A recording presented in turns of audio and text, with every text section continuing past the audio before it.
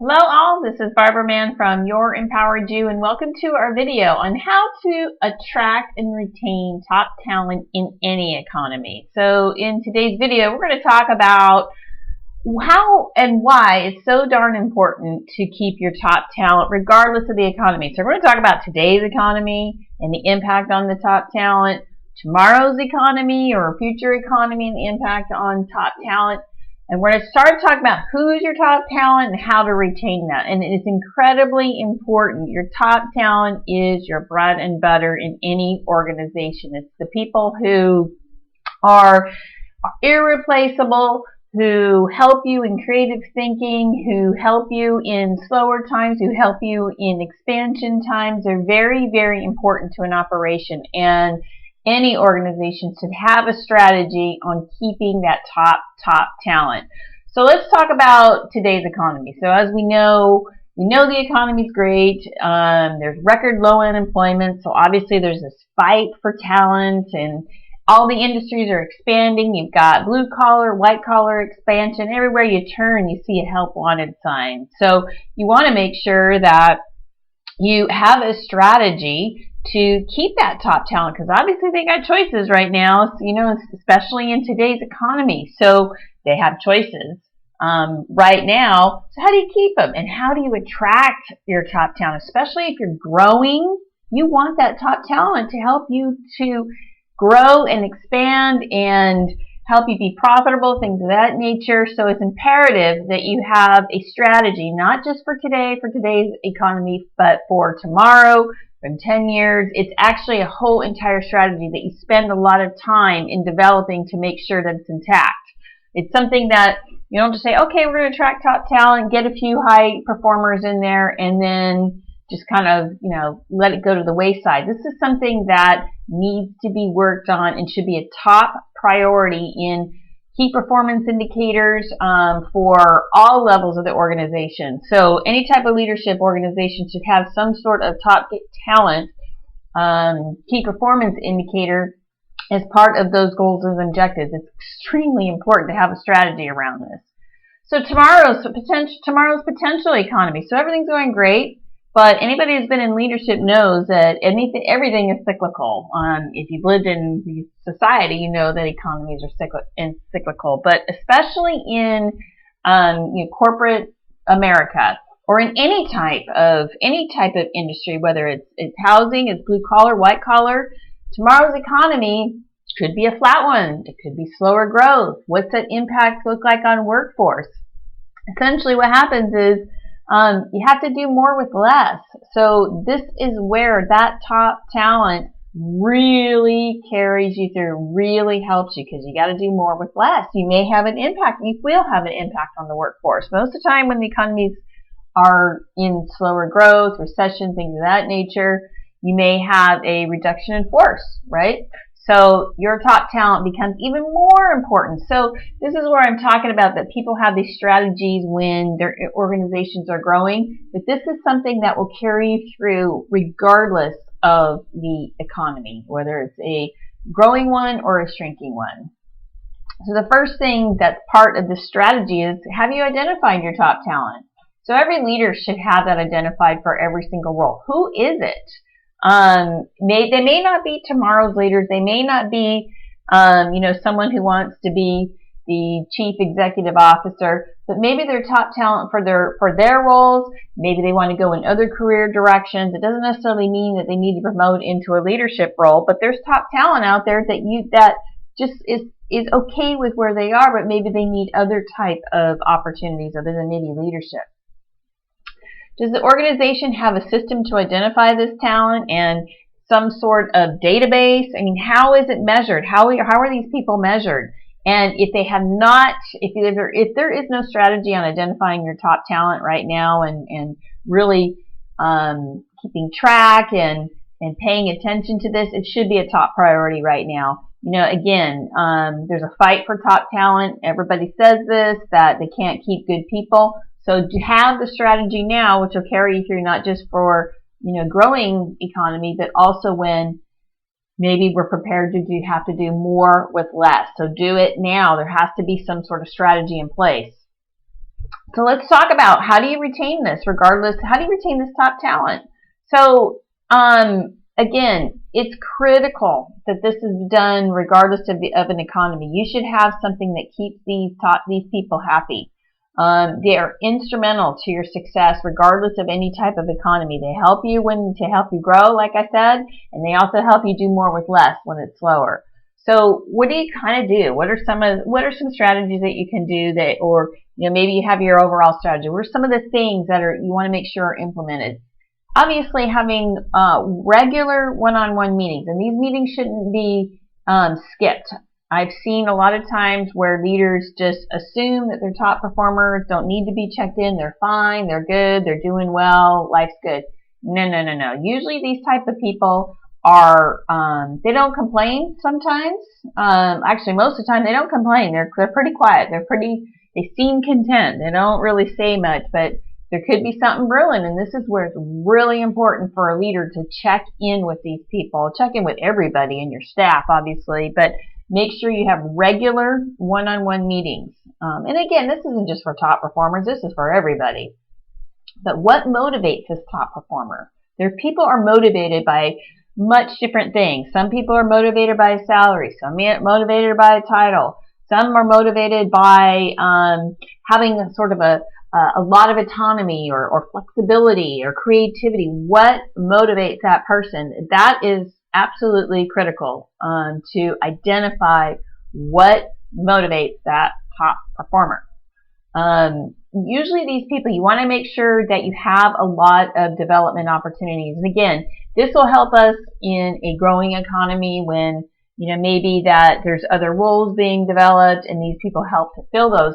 But I want to stress that when you have an economy that is downgrading and you're maybe having a reduction in force, in order so that people don't feel kind of like stale and kind of bored, you want to make sure that they're still being developed, regardless of what's going on. If your company is growing or if it's shrinking, have development opportunities for them. It doesn't necessarily have to cost a bunch of money. It's just development opportunities. Maybe it's backstopping special projects, things of that nature, which we'll talk about.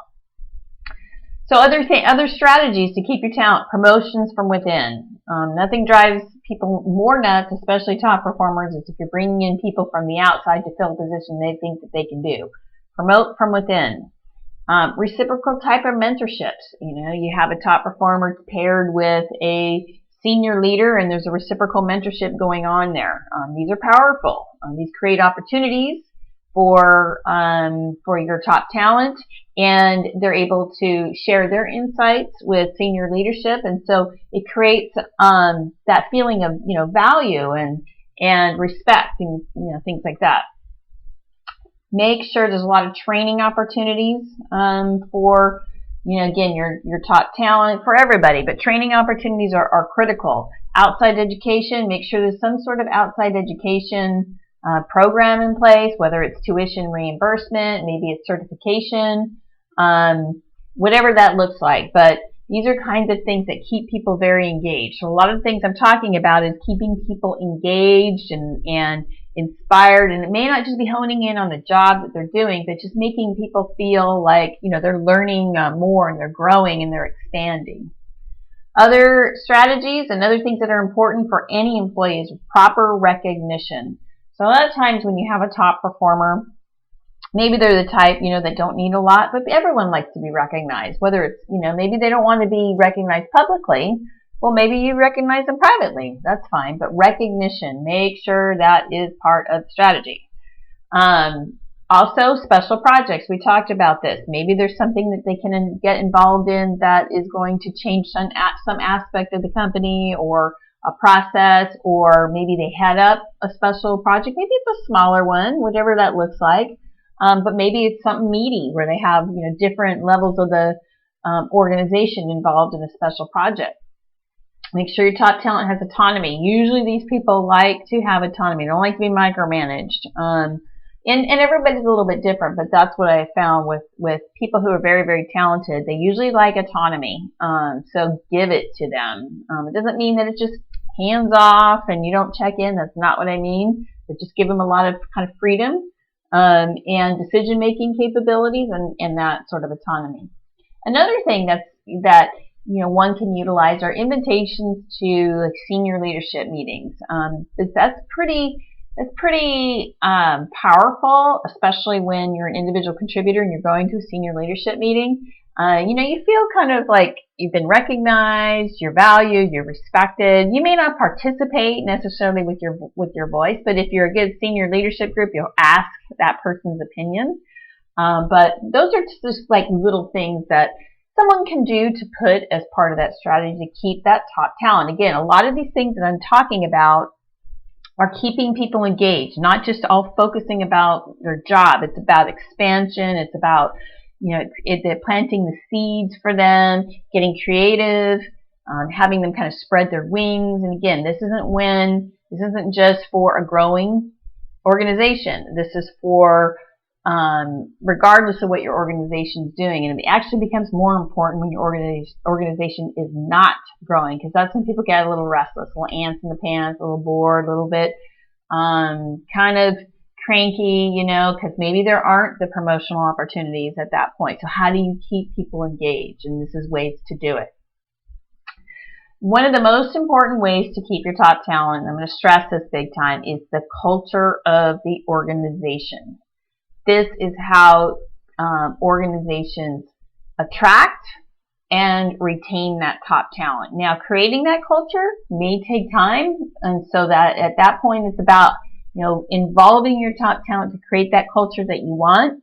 But once it's in place, that's how you start really attracting to it. So attracting top talent. So I've had employees who have come from different organizations who actually took a pay cut just to be part of the organization because they heard about the culture and they didn't like the culture at their prior organization. So they came over to us and we were able to get some fabulous, fabulous people because of culture. It wasn't because of the salary. They actually took a pay cut. It was because of the culture. The culture is imperative to keep your talent. People will stay in an organization when there's a culture of respect and they feel valued and it's transparent and it's honest and there's open communication and there's a lot of recognition and rewards and you feel like your voice is heard and there's a lot of collaboration. And when you want to make sure your culture is meeting and exceeding expectations. So when I'm talking about culture, it's great, like a lot of the people think of it a rah-rah thing, and that's not necessarily what I mean, because part of the culture is you have to meet and exceed those expectations. Because if you don't, it creates a culture of where maybe your raises aren't, as high as you'd like. Maybe there's a lot of pressure to do well.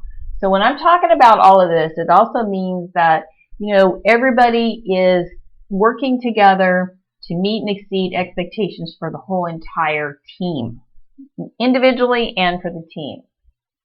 So the culture is imperative, very, very important. You want to create that ideal workplace that people want to work. They want to work for you or they want to work for the organization and they're going to stay. They want to stay. Maybe they are going to get a headhunter who tries to have them come over to another organization, but if your culture is fantastic, they're not going to go anywhere. They're usually going to stay. So culture is important. This becomes very critical when the economy starts kind of slowing down. Your culture is what's going to carry you through, because if you've worked on still, okay, how do we keep people engaged? How do we keep these training opportunities going? How do we create these development opportunities for them, even when maybe there's not a promotion going or a promotional opportunity or it's flat? How do we keep people engaged? This is where the culture becomes very important, of learning, development, growth, recognition. All those things have become really important during those flatter times. So let's wrap this up in a bow on retaining that top talent. We've stressed this enough. Retaining and attracting top talent should be completely independent of economy. It should be a strategy that is in place regardless of what's going on with the economy. Key thing, you got to identify the top talent. Is there a system in place? If not, I would strongly suggest that the organization, the team, identifies that top talent and has a very comprehensive way to identify it. Not just, well, I think so and so is doing well. There has to be a way to really identify that top talent, whether it's performance. Is it performance based? Is it the special projects that they do? Is it the volunteer efforts that they do? Is it more than just their job? That's what I would make sure that when you identify the top talent, it's more than just their job. Got to understand their needs. That's really for any employees. You got to understand what's their motivator, what are their needs. How is the leadership working to make sure that their needs are met, especially your top talent, making sure that they're engaged and feeling valued and things of that nature. Offer those opportunities to people, especially your top talent. Make sure they feel engaged and don't just assume they feel engaged. Do your check-ins. That's important. Do your check-ins, not just your annual reviews, monthly check-ins or more if you see fit. And your culture. We talked about this. Culture is important. It makes or breaks an organization and really helps to retain the top talent. And more importantly, how do you attract it and then retain it? So how do you have a culture where everybody wants to join in? Because once you start developing that, the word gets out on the street and then everybody wants to work there, including that top talent. So that is important. So I hope you have enjoyed our video on how to attract and retain top talent regardless of the economy. And for additional resources or to schedule a session with me, please visit my website at www.youремpoweredyou.com. You can email me at bman@youремpoweredyou.com or feel free to give me a call at 916-633-2555. And I thank you very much and have a very empowered day.